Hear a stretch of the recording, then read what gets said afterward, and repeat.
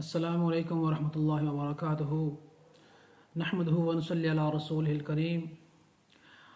حاضر ہوں آج ایک اور حدیث کے ساتھ۔ فضائل رمضان کا باب چل رہا ہے، رمضان المبارک کے عنوان سے آج ایک اور حدیث آپ کی خدمت میں پیش کرنے لگا ہوں۔ حضرت سیدنا ابو ہریرہ رضی اللہ تعالیٰ عنہ نے حضور اکرم صلی اللہ تعالیٰ علیہ وآلہ آلہ وصحبہ وسلم سے نقل فرمایا ہے کہ میری امت کو رمضان المبارک کے حوالے سے 5 چیزیں مخصوص طور پر دی گئی ہیں، یعنی وہ چیزیں ہیں جو اس سے پہلی امتوں کو نہیں دی گئی۔ نمبر 1 یہ کہ ان کے منہ کی بو اللہ کے نزدیک مشک سے زیادہ پسندیدہ ہے، یعنی سارا دن بھوکا پیاسا رہنے کے بعد جو منہ سے معدے سے سمیل آتی ہے ایک خاص قسم کی بھوکا رہنے کی وجہ سے، وہ اللہ رب العالمین کے نزدیک مشک اور عنبر سے بھی پسندیدہ ہے۔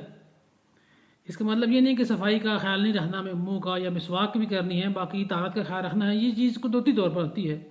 اس کی طرف بات ہو رہی ہے۔ دوسرا یہ کہ ان کے لیے مچھلیاں جو ہیں وہ دریا کی مچھلیاں دعا کرتی ہیں اور افطار کے وقت تک کرتی رہتی ہیں، یعنی جب اللہ رب العالمین کے لیے بندہ کچھ کوشش کرتا ہے تو اللہ رب العالمین مخلوق کے دل میں اس کے لیے ڈال دیتے ہیں، اور اللہ رب العالمین کی مخلوق بھی چاہے وہ سمندر میں دریا میں مچھلیاں کیوں نہ ہوں اس کے لیے دعائیں مغفرت کرتی ہیں۔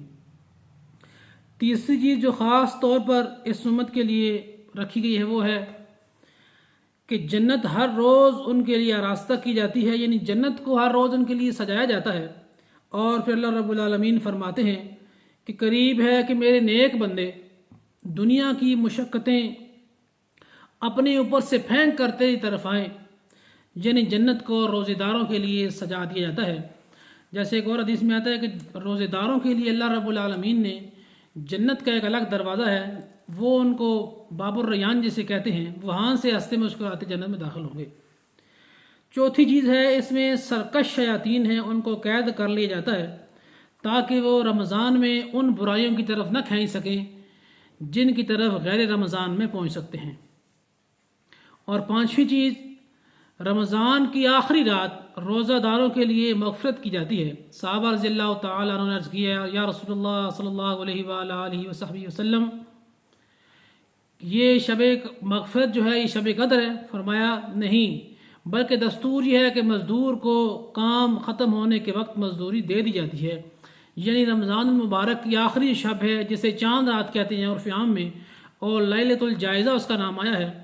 اس رات اللہ رب العالمین مغفرت فرما دیتے ہیں تمام روزے داروں کی اور اخلاص والوں کی، اور ہمارے یہاں رواج ہے کہ اس رات کو، انتہائی قیمتی رات کو، بازاروں میں ضائع کر دیا جاتا ہے۔ ایک اور حدیث ہے، حضرت عبادہ رضی اللہ تعالیٰ عنہ کہتے ہیں کہ ایک مرتبہ حضور اکرم صلی اللہ تعالیٰ علیہ وآلہ آلہ وصحبہ وسلم نے رمضان المبارک کے قریب ارشاد فرمایا، رمضان المبارک کا مہینہ آ گیا ہے جو بڑی برکت والا ہے، اللہ رب العالمین اس میں تمہاری طرف متوجہ ہوتے ہیں اور اپنی رحمت خاصہ نازل فرماتے ہیں، یعنی کہ خاص رحمت کو نازل فرماتے ہیں اور خطاؤں کو، گناہوں کو معاف فرماتے ہیں، دعا کو قبول فرماتے ہیں۔ دعا کے حوالے سے، روزہ دار کے حوالے سے انشاءاللہ کل انشاءاللہ حدیثیں بیان کی جائیں گی